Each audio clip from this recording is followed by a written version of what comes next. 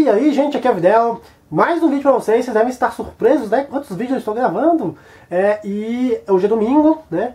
Então eu tô com tempo sobra aqui, mais ou menos, tem que fazer uns trabalhos da faculdade. Mas eu voltei a ter um ritmo de leitura, isso é muito bom. Palmas pra mim! Desde janeiro até março eu não tinha lido nada. Tipo, sabe quando você está estagnado, não consegue ler? Você pega um livro, lê 2 páginas e não consegue deixar de lado. Então eu voltei a ler. Inclusive essa semana passada e retrasada eu fui na biblioteca da UNB, peguei alguns livros. E eu vou mostrar aqui os livros que eu estou lendo e os que eu li, né? O primeiro deles eu não tô com ele porque eu já devolvi, que é Morte e Vida Severina, do João Cabral de Melo Neto. É um livro aí que são 3 livros dele, em um livro só. Tô botando a edição aí, a capa pra vocês verem. E eu achei interessante, eu não gosto muito de poesia, mas eu achei Morte e Vida Severina uma poesia mais inteligente, porque além de ser uma crítica social, né, e a forma como ele pega as rimas, o João Cabral de Melo Neto, é muito legal. Não conheci o trabalho dele.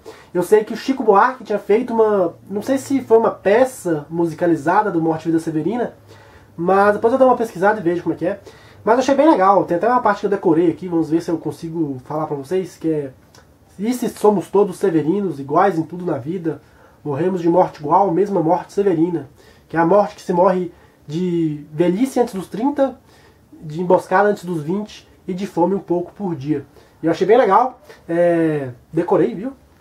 E eu não conheci o trabalho do João Cabral de Melo. Parece que ele foi indicado, inclusive, ao Prêmio Nobel, né, de Literatura, só que ele não ganhou. O Brasil nunca ganhou nenhum Nobel, né, até hoje. E, enfim, vamos para a próxima leitura que eu estou aqui em mãos, que foi A Caçada do Snark, que é um livro do Lewis Carroll, que é o cara que escreveu Alice no País das Maravilhas. Eu não conhecia esse livro, tá? Fiquei surpreso quando eu peguei na biblioteca. E eu fui ver de que se trata. É uma poesia, né, que fala sobre um grupo que vai caçar esse tal de Snark. O que é um Snark? Snark é uma mistura de serpente, cobra, né, com tubarão. Então em inglês faz mais sentido, que é Snark, é Snake, mais Shark, né? Então, em português não traduziram o título. E essa tradução aqui é do Jorge Bandeira. Eu vou falar um pouquinho da tradução aqui, apesar de que o livro é bilíngue, né? Ele tem de um lado em inglês e do outro lado em português. E eu achei isso bem legal, porque eu acho que tem que ser desse jeito quando se trata de poesia. E a tradução do Jorge Bandeira. Na introdução, já começa não lembro quem é que faz a introdução aqui, mas fala que existem, quando se traduz alguma obra, 2 coisas levadas em conta. Ou a pessoa está traduzindo por dinheiro, ou por amor. No caso aqui, a pessoa que faz a introdução fala que o Jorge Bandeira, que é o tradutor, ele fez por amor, né? Pra dar uma aliviada nas críticas também, né? Depois, em seguida, o Jorge Bandeira tem o prefácio dele, que ele fala que ele pede desculpas pela tradução dele, porque ele tem noção de que a tradução dele não é a melhor coisa do mundo, né? Assim, porque realmente traduzir poesia é uma coisa complicada. Você pega, por exemplo, o Corvo, do Edgar Allan Poe, tem a tradução do Fernando Pessoa, que é ótima, uma tradução boa, mas mesmo assim você perde alguma coisa, você perde elementos, sonoridade, e não fica igual, não tem como. Cada palavra tem um peso na sua língua nativa, e traduzir poesia é uma coisa complicada, né? Tem até uma professora minha que fala que tradução é traição, né? Porque você está traindo, você está tipo, reescrevendo o livro com suas palavras que você acha mais cabíveis.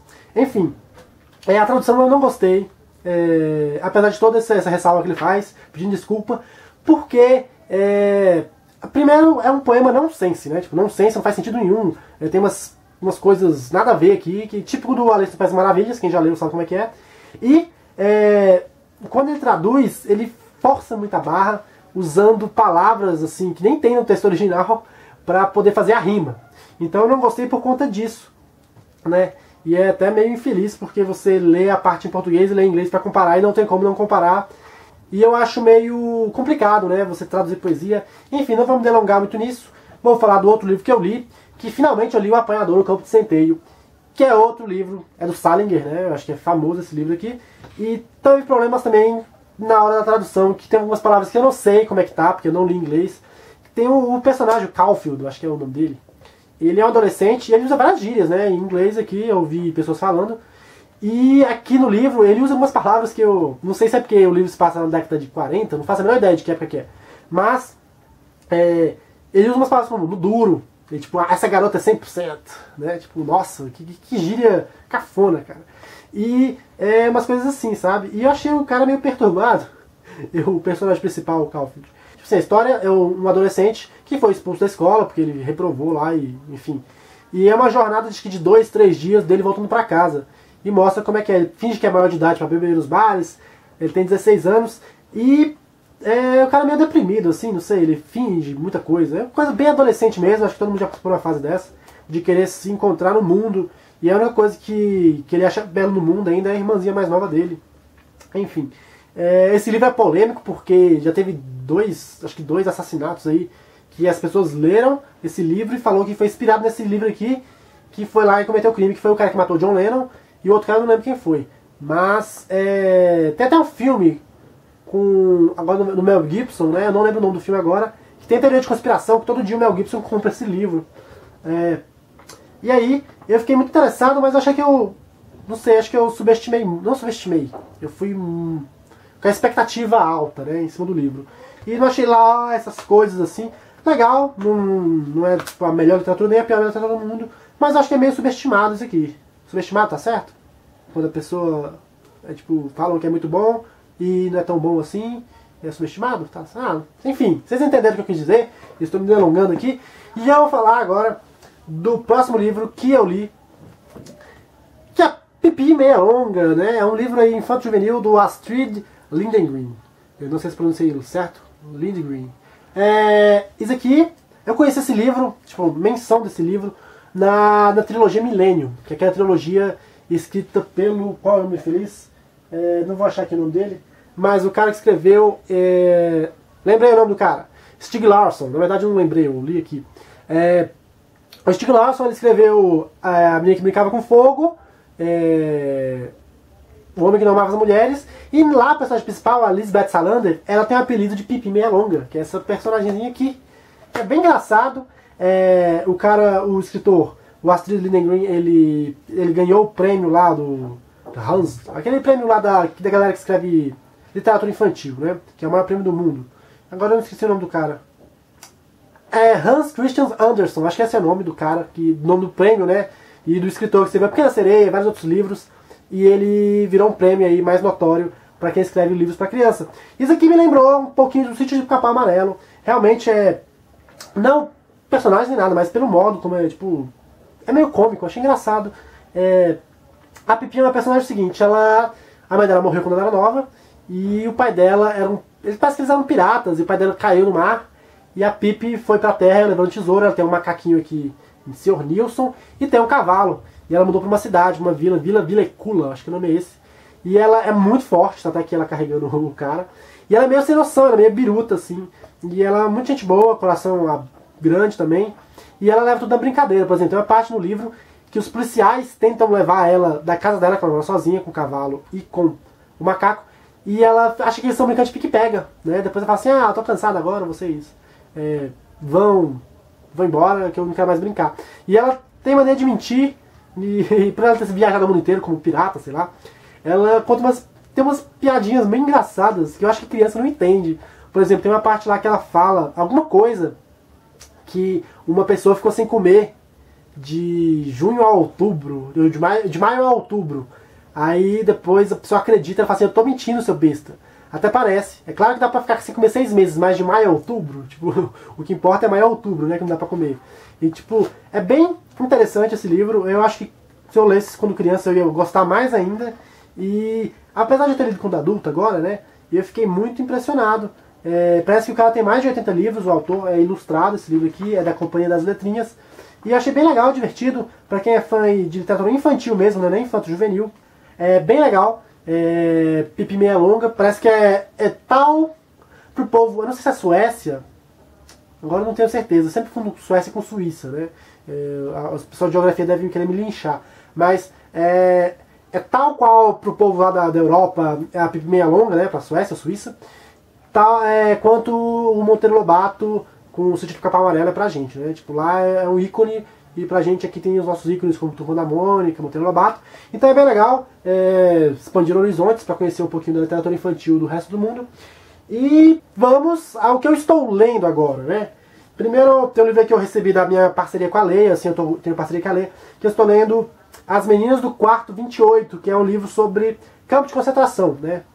Os judeus foram colocados nesse campo, e lá, esse quarto 28, várias meninas dividiam esse lugar, acho que eram 20, 30 meninas, e mostra como é que era o dia a dia lá, né, nesse ambiente lá, que elas dividiam. Era meio que, não sei explicar, era um prédio, não era bem um prédio, mas os judeus foram colocados lá, e essas crianças, inclusive uma delas mudou para o Brasil, e a pessoa foi reunindo parte de diário, e várias informações, e escreveu esse livro. A pessoa que escreveu é Hannelore Brenner.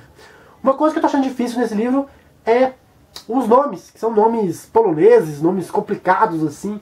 E quem já leu, inclusive a menina que brincava com fogo, não. É a menina que brincava com fogo, né, do Stieg Larsson. Tem vários nomes complicados, é mais ou menos naquele nível, né? Você tem que ir escrevendo no papel para você não se perder. Mas fora isso, o livro tá bem interessante, várias coisas. Me lembra um pouquinho. Não me lembra porque eu não li o Diário de Anne Frank, mas deve ser parecido, né? Porque tipo, tem várias partes que é de diário, que eles colocam o diário de uma das meninas que ficaram nesse quarto. Continuando, eu peguei Alice no País das Maravilhas, edição ilustrada e comentada lá da UNB, né? E aqui veio Alice no País das Maravilhas e o segundo livro, que é Através do Espelho. Esse Através do Espelho eu não li ainda, o Alice eu já tinha lido, da edição da LPM Pocket, né? Mas eu queria pegar esse aqui porque, comentado, né? É bom que a gente vê mais do que só ler, porque na verdade tem pessoas que falam, pessoas não, professores meus já falaram que você lê um livro de verdade quando você lê pela segunda vez, né? Porque a primeira vez você só está lendo, você acompanha a história, aí a segunda vez você analisa. Então eu acho que eu estou começando a fazer isso, relendo livros que eu gostei na minha vida. Outro livro que eu peguei para ler, e dessa vez sempre ouvi falar desse livro, todo mundo recomenda ele, que é da Agatha Christie, né, a rainha do crime aí, a dama do crime, que é o caso dos 10 negrinhos, né? Se alguém der spoiler, eu bloqueio no meu canal e xingo a mãe também, viu? O caso dos 10 negrinhos, eu tô no capítulo 3, assim, segunda, não sei esse capítulo, eu tô aqui na página 43, né?